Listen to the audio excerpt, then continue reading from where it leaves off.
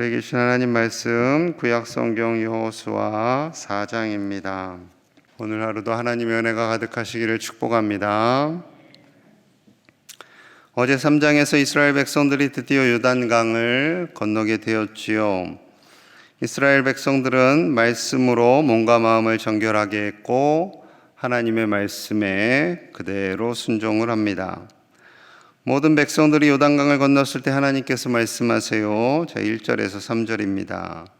그 모든 백성이 요단을 건너가기를 마침에 여호와께서 여호수아에게 말씀하여 이르시되 백성의 각 지파에 한 사람씩 12사람을 택하고 그들에게 명령하여 이르기를 요단 가운데 제사장들의 발이 굳게 선 그곳에서 돌 12돌을 택하여 그것을 가져다가 오늘 밤 너희가 유숙할 그곳에 두게 하라 하시니라. 백성들이 요단을 다 건넙니다. 그리고 여전히 제사장들과 법궤는 요단강 가운데에 굳게 서 있습니다. 하나님께서 각 지파의 리더들을 한 명씩 택하게 하셔서 제사장들의 발이 굳게 서 있는 그곳에서 각 지파별로 돌을 하나씩 가져다가 그들이 유숙할 곳에 두게 하라 하십니다. 그러니까 모두 12개의 돌이 되겠지요. 왜 요단강 한가운데에 가서라고 말씀하세요? 그곳에 말씀궤가 있기 때문에 그렇습니다. 하나님의 말씀이 요단강을 정지하게 하신 것이죠. 그래서 그 주변에 있는 돌들을 들러 매라라고 하십니다. 어깨에 매라라고 하는 것은 주먹만한 돌 집어와라 하는 것이 아니죠. 어깨에 들만한 머리만한 내지는 더 큰 돌 들고 나오라, 길갈로 가져가라 라고 말씀하십니다. 왜 하나님께서 이런 명령을 하셨을까요? 자, 6절 함께 봅니다. 6절 시작. 이것이 너희 중에 표징이 되리라. 후일에 너희의 자손들이 물어 이르되 이 돌들은 무슨 뜻이냐 하거든. 이것이 표징이 되리라, 징표가 되리라 라고 말씀하시는 거죠. 기념비가 되리라 라고 말씀을 하십니다. 후일에 그 돌들을 바라보며 자녀들이 대체 이 12개의 돌들, 이 기념비는 무엇입니까? 라고 질문하면 구체적으로 이렇게 답하라는 거예요. 자, 7절입니다. 그들에게 이르기를 요단물이 여호와의 언약궤 앞에서 끊어졌나니 곧 언약궤가 요단을 건널 때 요단물이 끊어졌으므로 이 돌들이 이스라엘 자손에게 영원히 기념이 되리라 하니라. 요단물이 어디에서 끊어졌다고요? 여호와의 언약궤 앞에서, 하나님의 말씀궤 앞에서 끊어졌다라는 겁니다. 하나님의 말씀궤 앞에서 끊어진 것을 강조하고 그 말씀궤가 있는 그곳에 가서 돌을 짚고 그 돌이 기념비가 되게 하라라고 말씀하시는 거죠. 그래서 중요한 건 언약궤예요. 하나님의 십계명이 담긴 언약궤, 하나님의 말씀이 담긴 언약궤, 하나님을 경외하며 하나님의 계명을 지키는 자들에게 천대에 이르는 은혜를 베푸시겠다 약속하신 그 하나님의 말씀, 그 언약의 말씀을 믿고 자녀손들에게 가르치라라는 것이지요. 우리는 우리 자녀손들에게 하나님의 언약의 말씀을 가르쳐야 하는 줄로 믿습니다. 교회 학교에서 아이들을 가르칩니다. 선생님들이, 교육자들이 열심히 가르칩니다. 뿐만 아니라 가정에서도 거듭 반복해서 자녀들과 손주들에게 가르쳐야 합니다. 하나님의 말씀이 전파되지 않으면 우리 아이들 세상의 학문에, 세상에서 대학 가고 여러 가지 배워야 할 많은 것들에 치여서요, 하나님의 말씀과는 점점 멀어지는 인생을 살아갑니다. 저희 집 아이들도 초등학교 때는 말씀 읽어주고 예배 드릴 때 그렇게 잘 따라하더니 이제 좀 컸다고 이젠 잘 안 하려고 해요. 특히 사춘기 시절이 가장 그때잖아요. 청소년기. 청소년기가 참 어려운 게 몸은 청년이에요. 근데 정신은 소년이에요. 그래서 청소년이에요. 그러니까 자기들은 다 컸다라고 착각하고 살아가는, 다 안다. 그러잖아요. 사춘기 애들 다 안대요. 알기는 뭘 알아요. 모르면서 그냥 다 안다고 그래요. 좀 가르쳐 주려고 하면 또 싫어하는 때가 또 그때예요. 어쩔 수 없죠. 하나님께서 사춘기를 다 주신 이유가 있겠죠. 여러분, 그럼에도 불구하고 우리는 하나님의 말씀을 따라 살아가도록 우리 자녀손들을 가르치고 하나님의 말씀이 우리의 삶의 가장 큰 복이 됨을 깨닫게 하시는 그러한 삶을 살아가는 저와 여러분들 되시기를 간절히 축복합니다. 여호수아는 하나님의 말씀대로 순종을 합니다. 자, 10절이에요. 10절, 11절. 또 여호와께서 여호수아에게 명령하사 백성에게 말하게 하신 일, 곧 모세가 여호수아에게 명령한 일이 다 마치기까지 궤를 맨 제사장들이 요단 가운데 서 있고 백성은 속히 건넜으며 모든 백성이 건너기를 마친 후에 여호와의 궤와 제사장들이 백성의 목전에서 건넜으며. 자, 하나님께서 여호수아에게 명령하사 모세가 여호수아에게 명령한 일이 다 마치기까지 하나님께서 주신 명령을 여호수아가 직접 받기도 했고, 또 하나님께서 모세에게 주신 명령을 그대로 또 여호수아가 따라갑니다. 다 마쳤어요. 요단강 가운데 한가운데 제사장들이 서 있고 백성들은 다 건넙니다. 백성들의 눈앞에 보이는 그 상황 속에서 이스라엘 백성들 한 사람도 빠짐없이 다 건넜어요. 그리고 법궤를 맨 제사장들은 여전히 요단강 가운데 있습니다. 자, 그리고 하나님이 또 명령하세요. 15절 16절. 여호와께서 여호수아에게 말씀하여 이르시되 증거궤를 맨 제사장들에게 명령하여 요단에서 올라오게 하라 하신지라. 이스라엘 백성들이 다 건넜으면 이제 당연히 제사장들 올라와야지요. 계속 요단강 가운데 서 있을 수 없잖아요. 그런데 하나님께서 여호수아에게 이것도 섬세하게 명령을 하십니다. 하나님은요, 굉장히 자상하세요. 디테일하세요. 섬세하세요. 구체적이세요. 정확하세요. 뭉뚱그려서 적당히 해라 이런 말씀 절대 안 하십니다. 성경 읽으시다가 그냥 뭉뚱그려서 적당히 믿어 이런 말씀 절대 없어요. 하나하나 정확하게 지적을 하십니다. 하나하나. 그 여호수아는 그대로 순종할 뿐이에요. 자, 17절 18절. 여호수아가 제사장들에게 명령하여 이르기를 요단에서 올라오라 하매. 18절. 여호와의 언약궤를 맨 제사장들이 요단 가운데에서 나오며 그 발바닥으로 육지를 밟는 동시에 요단물이 본 곳으로 도로 흘러서 전과 같이 언덕에 넘쳤더라. 하나님께서 명령하시고 여호수아가 받아서 여호수아는 또 제사장들에게 명령합니다. 그리고 언약궤를 맨 제사장들이 육지를 밟는 동시에 다시 요단강은 흐르게 됩니다. 이스라엘 백성들이 이것을 보고 얼마나 감격스러웠을까요? 여러분, 그런데 더 놀라운 것은요, 여호수아가 한 게 뭐가 있어요? 아무것도 없어요. 하나님 명령하신 것 전한 것밖에 없어요. 하나님 명령하신 대로 그대로 받아서 이스라엘 백성들에게 전합니다. 하나님의 말씀대로 순종합니다. 그리고 따라서 이스라엘 백성들이 순종합니다. 하나님이 다 하셨죠. 하나님이 다 하신 거예요. 이스라엘 백성들은 그저 시키는 대로 순종한 것밖에 없습니다. 여호수아도 순종한 것밖에 없어요. 자, 그런데 하나님 뭐라고 말씀하세요? 자, 14절 같이 봅니다. 14절 시작. 그날에 여호와께서 모든 이스라엘의 목전에서 여호수아를 크게 하시매 그가 생존하는 날 동안에 백성이 그를 두려워하기를 모세를 두려워하던 것 같이 하였더라. 아멘. 이스라엘 백성들의 눈 앞에서 목전에서 여호수아를 크게 하셨어요. 지금 여호수아가 기적을 일으켰거나 이적을 일으켰거나 그런 거 하나도 없어요. 여호수아가 갑자기 손을 쫙 폈더니 불이 임하거나 요단강이 끊어지거나 한 것도 없어요. 그냥 하나님께서 법궤를 맨 제사장들이 요단강물을 디뎠을 때 요단강이 멈췄고 이 제사장들이 법궤를 들고 서 있는 동안 백성들은 지나갔고, 그리고 이 법궤를 들고 나올 때 요단강물은 다시 흐르고, 여호수아가 한 게 하나도 없어요. 여호수아는 그저 순종한 것밖에 없어요. 그랬더니 하나님께서 여호수아를 크게 하셨다라는 겁니다.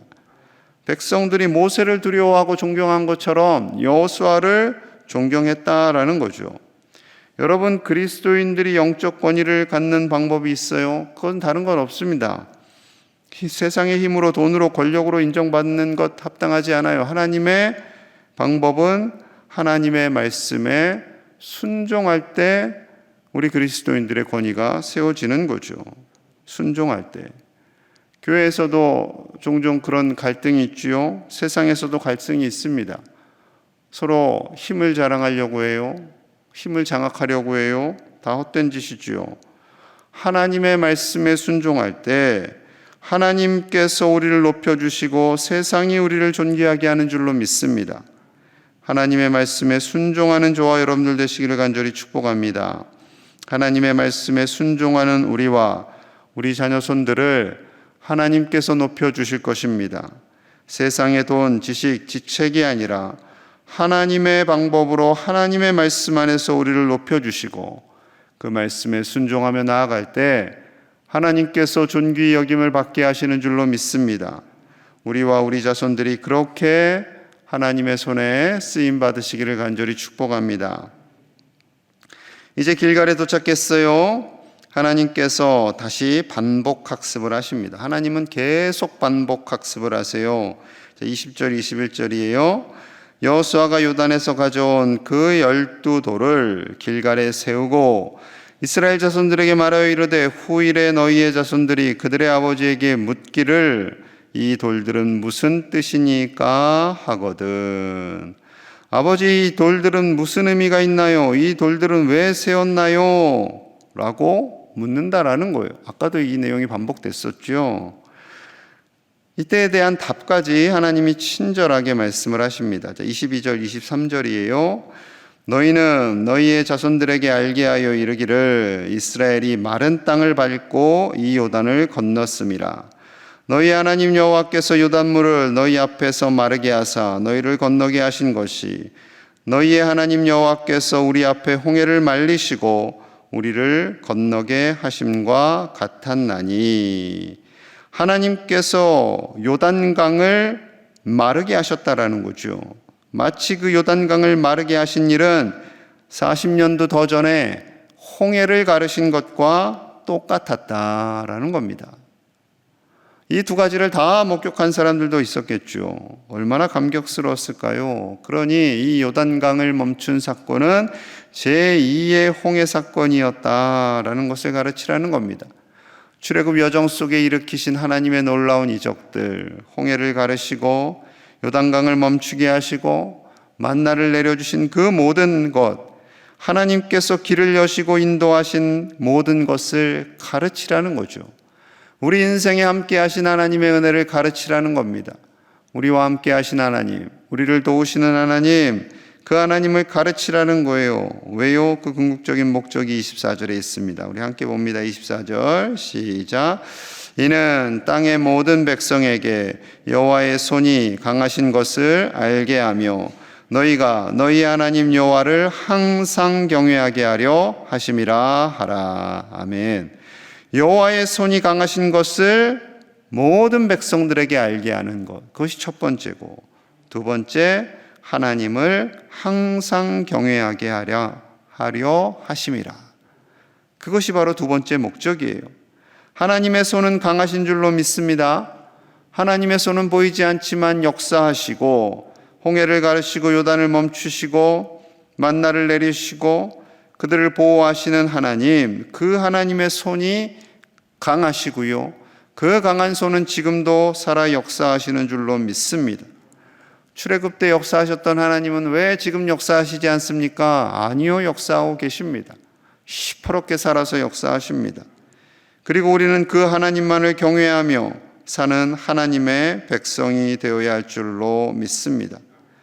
이것이 가장 중요한 거예요. 12돌의 기념비를 세우는 가장 큰 목적은 하나님의 손이 강하신 것, 그리고 그 하나님을 경외하기 위함입니다. 여러분, 우리 부모님의 삶이, 조부모님의 삶이 우리 인생의 믿음의 기념비가 되실 수 있기를 간절히 축복합니다. 그래서 부모님들의 믿음을 통해서 우리 자녀들이 보고 배우는 거예요. 그리고 우리 자녀들 역시 그들 인생의 12돌의 기념비를 세우는 날들이 오겠지요.